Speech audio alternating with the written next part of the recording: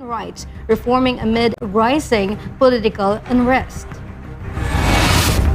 From protests to a growing humanitarian crisis, a second major convoy has docked in Havana. Mexican Navy ships delivered critical food aid as Cuba faces a deepening energy collapse. The move marks another relief effort amid tightened U.S. sanctions. As global tensions rise, Vietnam is moving ahead on tech regulation. The country implemented Southeast Asia's first standalone AI law, adopting a strict risk-based framework to balance innovation and oversight. Back home, lawmakers are urging protection for Filipinos caught in the Middle East crossfire. Senators called for contingency and evacuation plans for OFWs as security conditions worsen. And finally, a long-standing tradition of inclusion is inspiring local businesses. An iconic candle brand marked over 20 years of hiring persons with disabilities, proving compassion and commerce can go hand in hand. I'm Andrea Santos. Newsline World starts now.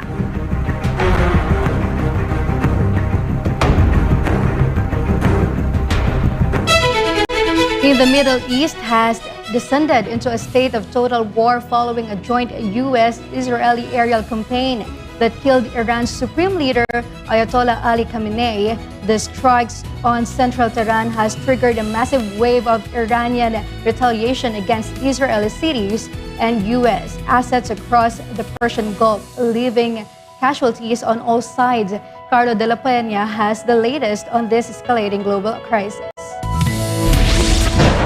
At approximately 8:10 a.m. local time on Saturday, the landscape of the Middle East was irrevocably altered. Under Operation Epic Fury, Israeli fighter jets, backed by U.S. intelligence, dropped 30 precision bombs on the Pasture district in central Tehran. The strike successfully targeted the Supreme Leader's compound during a high-level meeting. Iranian officials have confirmed the death of 86-year-old Ayatollah Ali Khamenei, along with his daughter, grandson, and top military commanders, including IRGC leader Mohammad Pakpour. A short time ago, the United States military began major combat operations in Iran. Our objective is to defend the American people by eliminating imminent threats from the Iranian regime, a vicious group of very hard, terrible people. They've rejected every opportunity to renounce their nuclear ambitions, and we can't take it anymore. Instead, they attempted to rebuild their nuclear program and to continue developing long-range missiles that can now threaten our very good friends and allies in Europe, our troops stationed overseas, and could soon reach the American homeland. We are going to destroy their missiles and raise their missile industry to the ground. It will be totally, again, obliterated. Tehran's response was instantaneous and devastating. The IRGC launched waves of ballistic missiles and drones, striking a civilian bomb shelter in the Israeli city of Beit Shemesh, resulting in at least 9 deaths. In a massive escalation, Iran also targeted U.S. and allied infrastructure across the Gulf. International airports and ports in Dubai, Abu Dhabi, and Bahrain were hit. The Pentagon has confirmed that at least 3 U.S. service members were killed in these retaliatory strikes. As of March 2nd, Iran has entered 40 days of official mourning. A temporary leadership council consisting of the president and judiciary chief has assumed control, while the Assembly of Experts scrambles to name a successor. With President Trump vowing to continue the bombardment until the regime is fully degraded, the international community is bracing for a protracted conflict that threatens to engulf the entire region. Reporting for Newsline World, this has been Carlo de la Peña, SMNI News. In a show of tribute, the Shanghai Cooperation Organization lowered its flag to half-mast at its headquarters in Beijing following the death of Iran's supreme leader, Ayatollah Ali Khamenei. Joining international mourning for the influential leader, Kai Villan tells us more. The Shanghai Cooperation Organization has lowered its flag to half-mast at its headquarters in Beijing as a sign of mourning following the death of Iran's Supreme Leader Ayatollah Ali Khamenei. The gesture was made on March 1 in connection with Iran's declaration of national mourning and as an expression of grief over recent tragic events in the country. The decision reflects broader regional and international responses to Khamenei's death, with diplomatic missions and authorities in several countries also lowering flags or observing mourning protocols. Governments and embassies, including Iran's own diplomatic missions abroad, have been marking the leader's passing with symbolic acts of respect. Reporting for Newsline World, Kai Villan, SMNA News.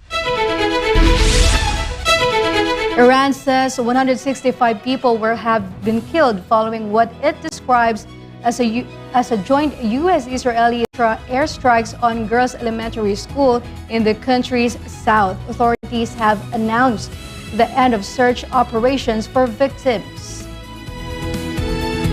Iranian officials say the Shahare Tayyabe school in the southern city of Minab was struck Saturday during a large-scale offensive they attribute to Washington and Tel Aviv. Minab is home to a military base of the Islamic Revolutionary Guard Corps, Iran's elite military force. On Sunday night, authorities confirmed that search and recovery operations had concluded with a reported death toll of 165. There has been no immediate confirmation or response from United States or Israeli officials regarding the strike or the casualty figures. Iranian President Masoud Pezeshkian expressed condolences to the families of the victims and residents of Minab.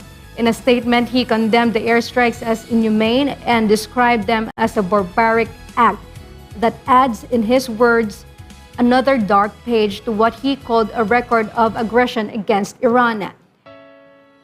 Pezeshkian also instructed relief agencies and medical centers to prioritize immediate and uninterrupted care for the injured, directing officials to mobilize all available resources. Meanwhile, protesters in the nation's capital staged a colorful and theatrical demonstration over the weekend, calling for accountability, human rights, and the removal of officials they accuse of misconduct. Prince Tripoli reports. Record is live or not. Hundreds of demonstrators gathered in the nation's capital over the weekend, calling for human rights, equality, and accountability for former and current political figures. The protests featured a mix of activist groups, creative displays, and performances aimed at drawing attention to what participants describe as ongoing threats to democracy. I'm here for human rights. I'm here for equality. Things that are much needed in this country and everywhere abroad. So those are the main reasons why I'm here. I will always be out fighting for democracy. We're with the Backbone campaign, which is out of the West Coast, but they travel around to be able to bring art to these kinds of protests because art is necessary, and it's also the first thing that fascist regimes try to control because what they hate the most is being mocked. So we're here to make sure that they're visible, and they're visible for the crimes they've committed. Austin, a member of Fayetteville Resistance Coalition, outlined the protesters' goals, saying, "We're here to impeach, convict, and remove Donald Trump, Pam Bondi, Pete Hegseth, and Kristi Noem. Yesterday, we lobbied impeachment at the congressional offices yesterday, and then today we're going to actually march towards the Washington Monument. The list of grievances with this administration are too many to list, but essentially that's our ultimate goal, is to have some accountability and have individuals impeached, convict, and removed from office."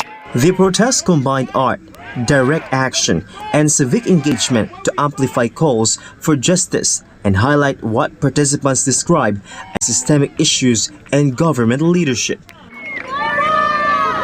Reporting from Newsline World, this has been Prince Tripoli, SMNA News.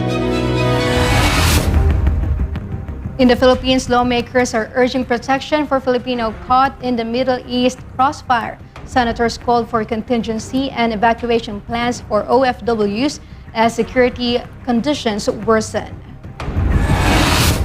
As global tensions rise, Vietnam is moving ahead on tech regulation.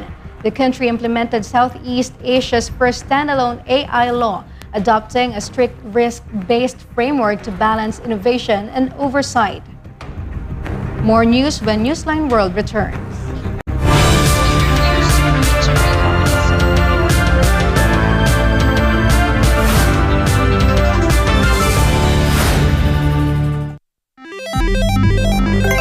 Isang pindot lang, pwede kang maka-jackpot. Mukhang masaya at easy money lang. Sa murang halaga, pwede ka na tumaya sa online gambling at e-casino apps. Mayroong sabong, slot machines, mahjong, poker at iba pa. Kailangan mo lang ng smartphone, e-wallet at internet. Pero ang aliw na ito, unti-unting nagiging bitag para sa mga Pilipino. Lalo na kung ang paborito mong artista o influencer ang mukha ng app. Mas madaling makaengganyo, diba? Parang safe naman kasi may kilalang mukha. Pero sa likod ng ngiti, sugal pa rin ang itinutulak. At syempre, mas madali ring itago ang pagkalulong sa bisyong ito. Walang pisikal na kasino o pasugalan, walang kaharap, walang accountability, kaya't mas lumalala ang adiksyon. Dagdag pa rito, maraming online gambling apps at walang regulasyon. Sa likod ng mga makukulay na interface at papremyo, nakatago ang problemang bumabalot ngayon sa bansa. Ang pagkalulong ng maraming Pilipino sa online gambling. Pwede maglaro kahit saan, kahit kailan, kahit sino, bata man o matanda, pwedeng malulong. Ayon sa mga eksperto, ang pagkakalulong sa online gambling ay nagdudulot ng matinding stress at anxiety, pagkakabaon sa utang, pagkawasak ng pamilya, pagkawala ng tiwala sa sarili. At tulad ng ibang bisyo, may mga senyales ito tulad ng hindi makapagpigil kahit walang pera, palihim na tumataya, pagpapabaya sa trabaho, pamilya o sarili. Sa bawat taya, may mga taong tunay na kumikita, mga malalaking negosyante at investors na negosyo ang bisyo ng masa. Para sa kanila, perang pumapasok lang ito, pero para sa ordinaryong Pilipino, kabuhayan at relasyon ang nauubos. At ang masakit, tila matagal itong nahayaan. Hindi ito naging prioridad ng mga nakaupo sa taas hanggang sa sobrang lumala at halos naapektuhan na ang buong komunidad. Ngayon, sa dami ng nalulong at sa laki ng pinsalang naidulot, sa kapalalong umugong ang mga panukalang batas para higpitan ng online gambling, gaya ng pagbabawal sa paggamit ng e-wallets para tumaya, pagtaas ng minimum bet, mas mahigpit na identity verification, pag-block ng mga illegal na gambling sites, at bawasan o ipagbawal ang mga ads na target ang kabataan. Maaari itong magmukhang laro lang, pero sa katotohanan, isa itong sugal sa kinabukasan. Ang kita na dapat sa mga pangunahing pangangailangan o ipon na uubos sa sugal. At sa mundo ng online gambling, mas madali kang matalo kaysa manalo. Huwag hayaang sugal ang magdikta sa iyong buhay. Isang paalala mula sa SMNI.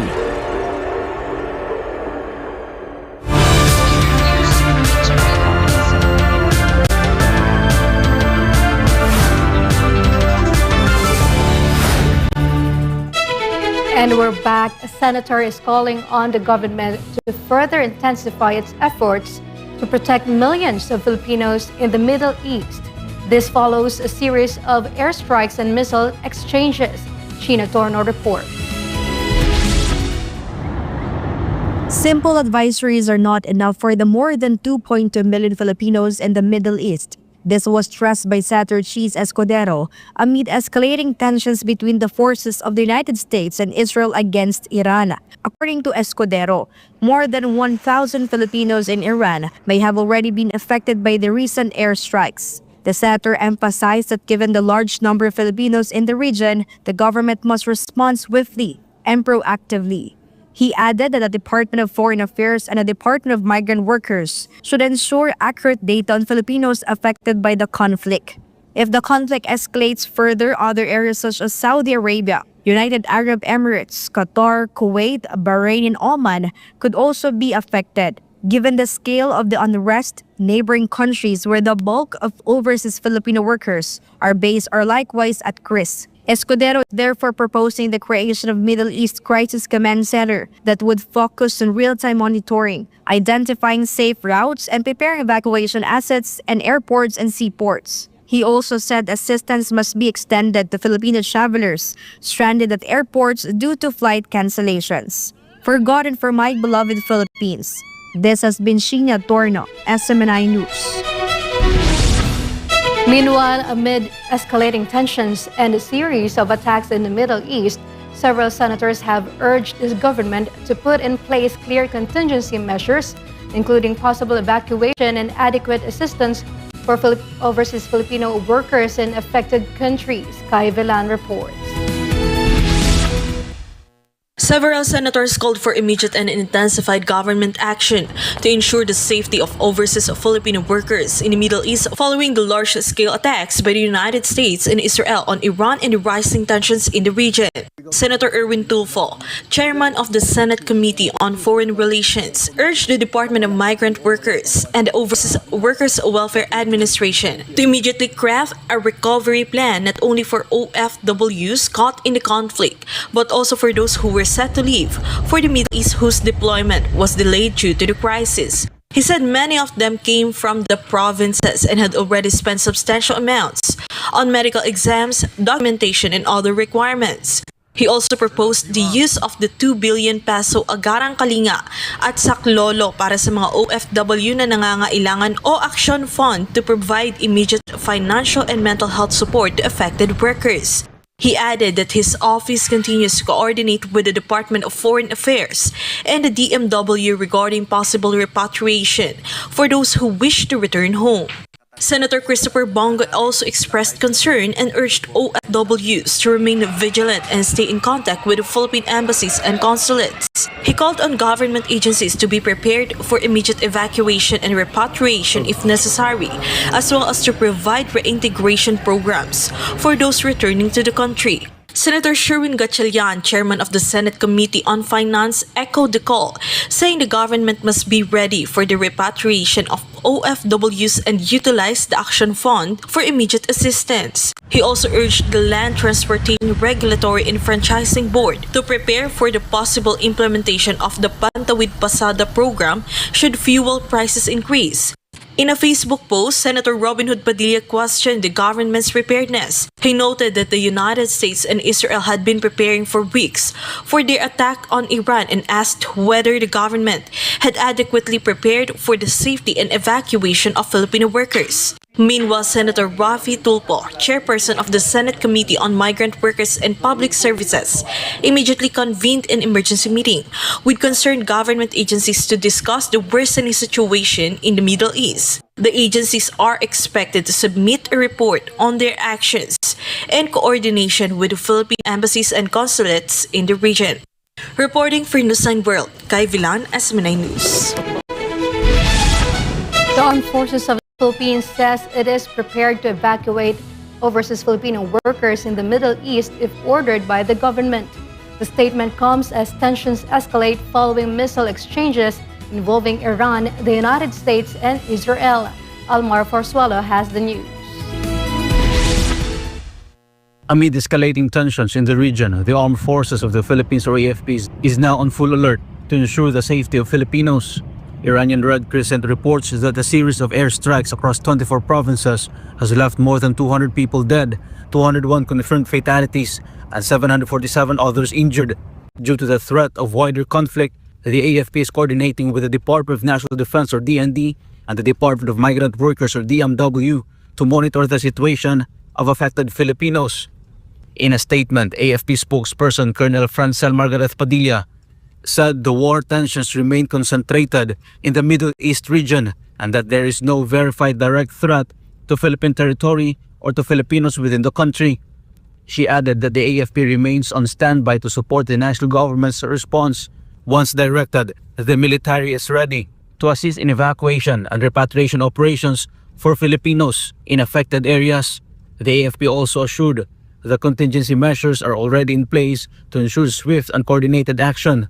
Meanwhile, the AFP urged the public to remain vigilant and refrain from spreading misinformation to prevent unnecessary alarm over the situation. Authorities say they will continue to monitor developments closely as tensions in the Middle East remain volatile.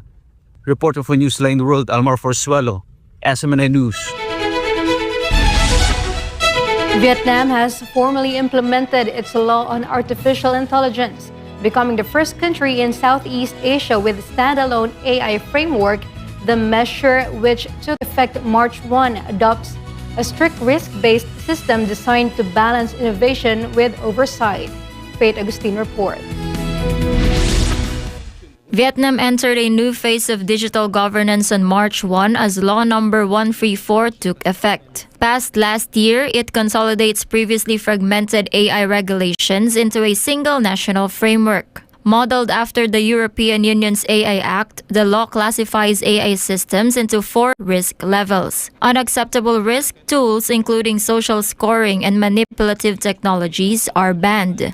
High-risk systems in healthcare, finance, and law enforcement must undergo mandatory assessments and be registered in a national AI database. The measure also establishes role-based accountability. Foreign firms offering high-risk AI in Vietnam must set up a local legal entity. Any serious incident affecting national security or public health must be reported through a national one-stop AI portal. To avoid slowing innovation, the government introduced support mechanisms, including regulatory sandboxes, a national AI development fund, and computing vouchers to help local firms train large language models. The AI law complements Vietnam's digital technology industry law and its personal data protection standards. Officials say the framework aims to attract high-quality investment while protecting the rights of nearly 100 million citizens. This has been Faith Agustin, your citizen correspondent, reporting for Newsline World.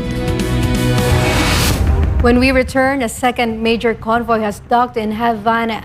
Mexican Navy ships delivered critical food aid as Cuba faces a deepening energy collapse. The move marks another relief effort amid tightened United States sanctions. A long-standing tradition of inclusion is inspiring local businesses. An iconic candle brand marked over 20 years of hiring persons with disabilities, proving compassion and commerce can go hand in hand. More news after the break.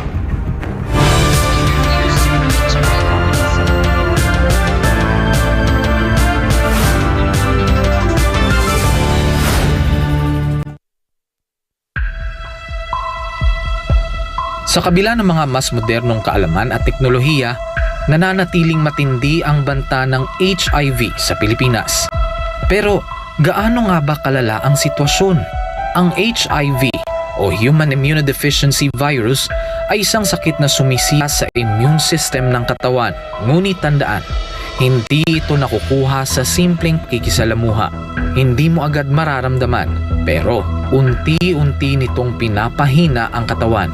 At kapag hindi naagapan, humahantong ito sa AIDS, ang huling yugto na impeksyon, kung saan halos wala ng panlaban ng katawan laban sa sakit. Patuloy na dumadami ang kaso ng sakit na ito sa Pilipinas. Isang nakababahalang pagtaas. Umabot na sa 500% ang itinaas ng HIV cases sa mga kabataang edad 15 hanggang 25. Ayon mismo sa Department of Health, 56 na bagong kaso ang naitatala kada araw sa bansa mula Enero hanggang Marso 2025. At ang pinakamatinding apektado, ang kalalakihan at kabataang Pilipino. Dahil dito, ang Pilipinas na ngayon ang may pinakamataas na bilang ng bagong kaso ng HIV sa buong Western Pacific region. Isang indikasyon ng lumulubahang sitwasyon. Kaya nananawagan ng Department of Health gawing opisyal at urgent ang laban sa HIV sa pamamagitan ng isang Public Health Emergency Declaration. Kalalakihan ng pangunahing apektado. 95% ng bagong kaso ay lalaki. Mahigit 1/4 ay kabataang nasa edad 15 hanggang 24. Habang wala pang deklarasyon, patuloy ang DOH sa mga sumusunod na hakbang: HIV testing, libreng gamot, self-test kits, at pakikipagtulungan sa DepEd para sa edukasyon sa mga paaralan. Isinulong rin ng DOH ang online patient appointment system para sa HIV patients. Layunin nitong gawing mas madali at mas personal ang pag-access sa libreng gamutan at konsultasyon. Ayon sa schedule ng pasyente, ang HIV ay hindi tulad ng flu. Hindi ito basta naipapasa sa hangin. Ito ay naipapasa sa pamamagitan ng personal na desisyon. Kailangan din nating pagtuunan ng pansin ang ugali, disiplina, at personal na responsibilidad. Isang paalala mula sa SMNI.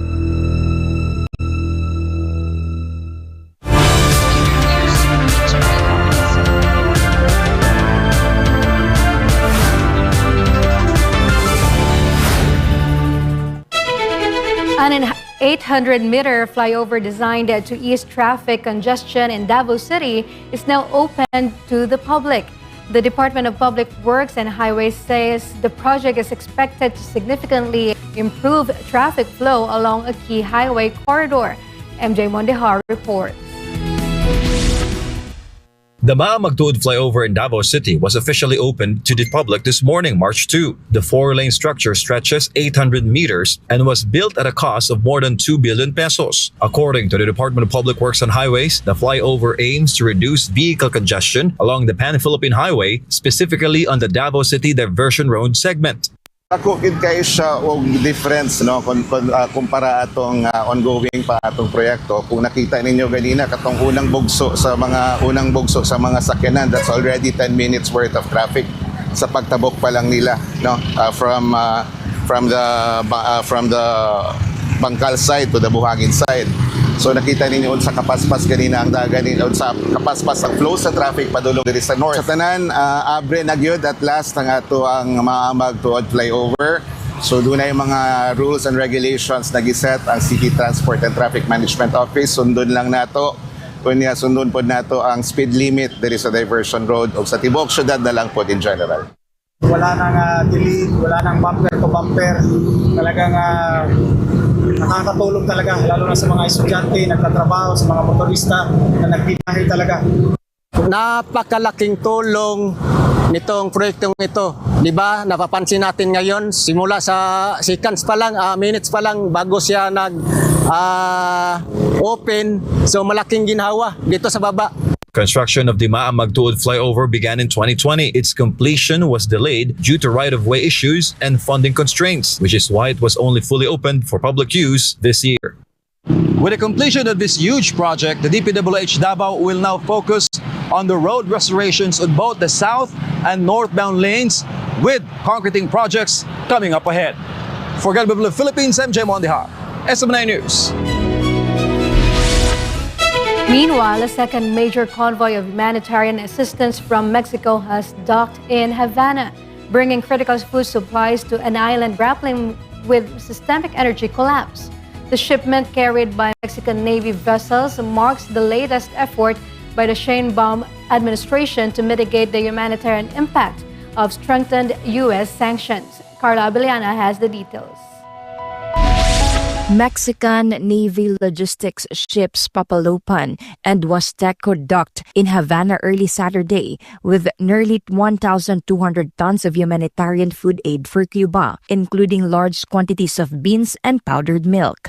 Much of the cargo was donated by civil society groups in Mexico City after a massive public collection drive. This marks Mexico's second major food shipment in recent weeks, following an earlier delivery of more than 800 tons of groceries and hygiene products. Cuba has been hit by widespread blackouts and transport disruptions, which officials link to tightened U.S. sanctions and restrictions on oil imports. Havana describes the situation as an energy blockade. With Venezuelan oil supplies cut off and Mexico petroleum shipments halted under U.S. pressure, the island has faced widespread blackouts, food shortages, and transport disruptions, intensifying hardships for ordinary Cubans. While Washington has eased some restrictions to allow fuel sales to private Cuban companies, the state grid and basic services remain under strain.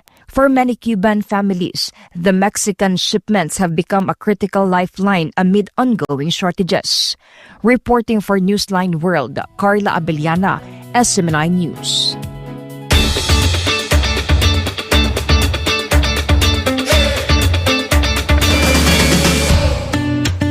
An iconic candle brand founded in 1991 has been proudly hiring employees with disabilities for over 20 years, inspiring many with its commitment to inclusivity.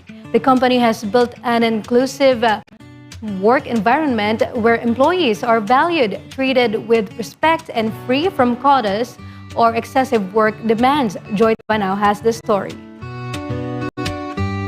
For over 20 years, Cheerful Giver has been a strong advocate for inclusive hiring, making a significant impact by offering employment opportunities to individuals with disabilities. Founded in 1991 as Cheerful Giver, the company is best known for its premium candles and fragrances. However, it has also earned recognition for its ongoing commitment to fostering a diverse and supportive workplace. This long-standing initiative has been made possible through the company's continued partnership with Career Opportunity Development Incorporated, or CODI, a nonprofit organization that specializes in helping people with disabilities secure meaningful employment. By collaborating with CODI, Yankee Candle is not only providing jobs to individuals who might otherwise face barriers, but is also creating an environment where they can thrive and succeed.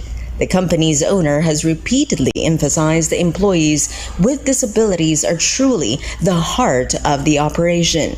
These individuals are integrated into all aspects of the business and are treated with compassion, respect, and dignity. The company's unique approach stands apart from traditional corporate settings as there are no quotas or pressure to meet rigid targets. Employees are encouraged to work at their own pace and are never asked to go beyond their abilities, ensuring their well-being is always prioritized. Its inclusive hiring initiative has garnered widespread praise from both local communities and disability advocacy groups, highlighting how businesses can be successful while also creating more accessible and supportive environments. As the company grows, it is clear that inclusivity will remain a core value, lighting the way for a more accessible and supportive workplace for years to come.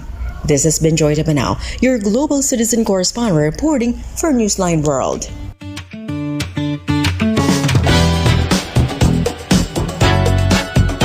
British singer-songwriter Olivia Dean swept 4 major prizes at the Brit Awards in Manchester. While in Los Angeles, the owners of Marilyn Monroe's former home filed a legal complaint after being blocked with demolishing the property. Stella Maris has all the buzz. Olivia Dean dominated this year's Brit Awards, taking home 4 major honors at the United Kingdom's biggest night in music. The ceremony was held for the first time in Manchester, Northwest England, at the city's Co-op Live Arena. The 26-year-old capped off a breakthrough year after topping charts in the UK and internationally with her hit single, Man I Need, and her critically acclaimed album, The Art of Loving. Dean emerged as the biggest winner of the night, outshining a host of leading artists in a star-studded celebration of British music. Her multiple wins further cement her status as one of the UK's most influential and fast-rising talents in the global music scene. In Los Angeles, a legal dispute is unfolding over the former home of Hollywood legend Marilyn Monroe. Real estate heiress Bryna Milstein and her husband, film producer Roy Bank, have filed an updated legal complaint against the city of Los Angeles, accusing officials of violating their constitutional rights by blocking plans to demolish their $8.35 million property. The couple argue that the city unlawfully prevented them from tearing down the home, which was once owned by Hollywood icon Marilyn Monroe. Monroe owned the Los Angeles residence for just 6 months before her death in 1962. The screen legend was 36-year-old when she died from a drug overdose at the property, a case that has remained one of Hollywood's most talked about tragedies. The legal dispute now centers on historic preservation concerns, with city officials moving to protect the property due to its cultural significance, while the homeowners insist their rights as private property owners have been infringed. This has been Stella Maris, your citizen correspondent, bringing you the latest showbuzz.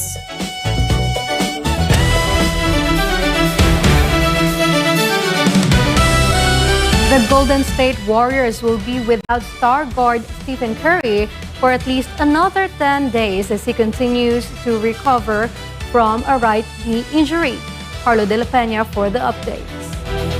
Golden State Warriors Stephen Curry is making progress but will be re-evaluated in 10 days due to ongoing patellofemoral pain syndrome. That timeline means the four-time NBA champion is expected to miss at least 5 additional games. The two-time NBA Most Valuable Player has already been sidelined for the Warriors' last 10 matchups. He has not played since January 30, when he exited a game against the Detroit Pistons early because of knee discomfort. Patellofemoral pain syndrome, often referred to as runner's knee, causes pain in the front of the knee or around the kneecap.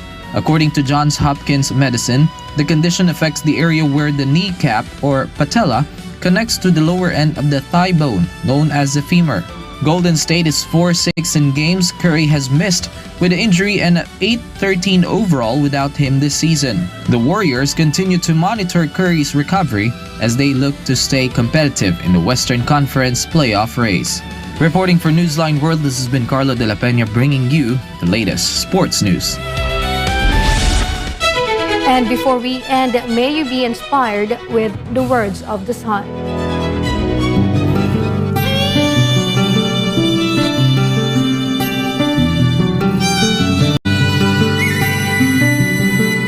Guard your mind, soul, and heart, that they will remain upright in the sight of God.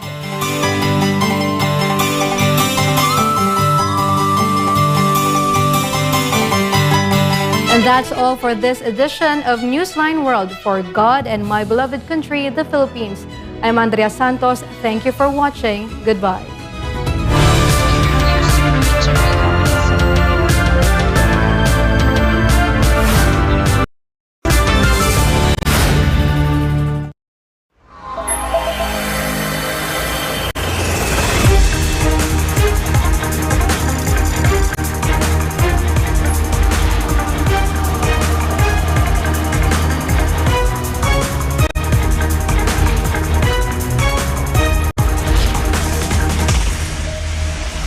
This is SMNI News Channel.